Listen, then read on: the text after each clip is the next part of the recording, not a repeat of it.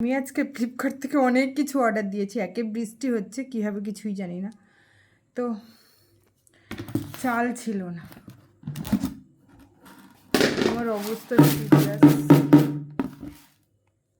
কি অবস্থা, ওই জন্য এটা এখানে রাখি। ফাইনালি বাজার করে নিয়েছি চাল।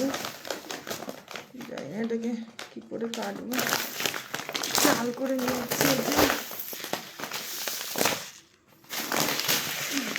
অনেক দিন থেকে না আমি মুড়ি খাই না, তো এই মুড়িটা নিয়েছি।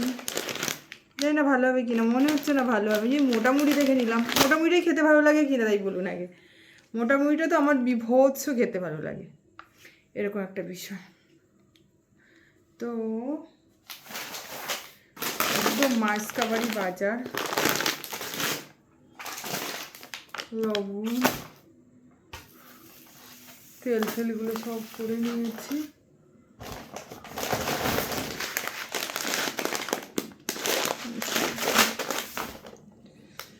এই হলো আমার বাজার। কটা বাজার মাত্র করেছি, অনেক দিন থেকেই মানে বাজার করবো কিছুতেই বাজার করা হচ্ছিল না এই বৃষ্টিতে। তো অনলাইনে অর্ডার করে নিয়েছি, দোকানে আর যাইনি। আমার মতো আলসে কুড়ে আর কে কে আছেন দোকানে যেতে চান না? এরকম আলসে কুড়ে কেউ আছেন? আমার মতো মনে অনেকেই আছেন এরকম আলসে কুড়ে। তার কারণটা হলো গিয়ে,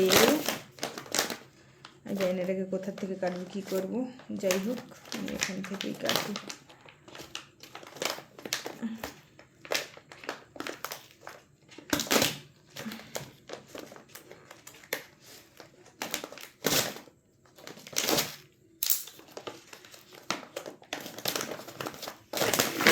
করতে পারবো।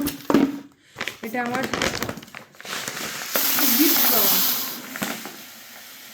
গিফট পাওয়া বালতি।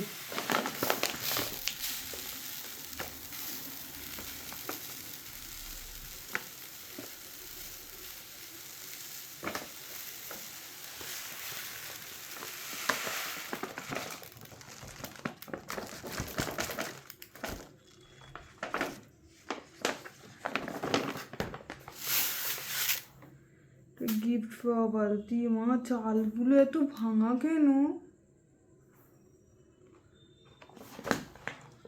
চালগুলো পুরো ভাঙা ভাঙা, আমি জানি না কেন। চাল এরকম ভাঙা হয় নাকি?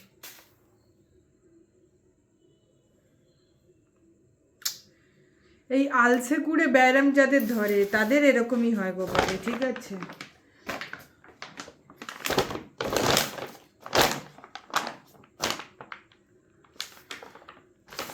জানি না কেমন হবে। যাই হোক, রান্না করে খেয়ে তারপরে বুঝবো চালটা কেমন। নিয়ে তো নিয়েছি, এখন আমি জানি না কেমন হবে, দেখা যাক, খেয়ে দেখি। আমার খুব ব্যায়াম, আগে এক প্যাকেট নিয়েই দেখতে হতো যে কি না কি, সাপ না ব্যাং। একেবারে 3 প্যাকেট নিয়ে মরণ হয়েছে আমার, নিশ্চিত মরণ।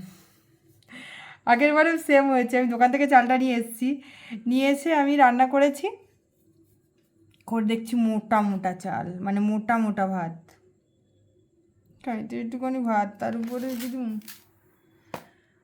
যাই হোক, এই হলো আমার কাণ্ড কারখানা। আমার কাণ্ড কারখানা শেষ নেই, যা হবে হবে। তো দেখা হচ্ছে নেক্সট ব্লগে।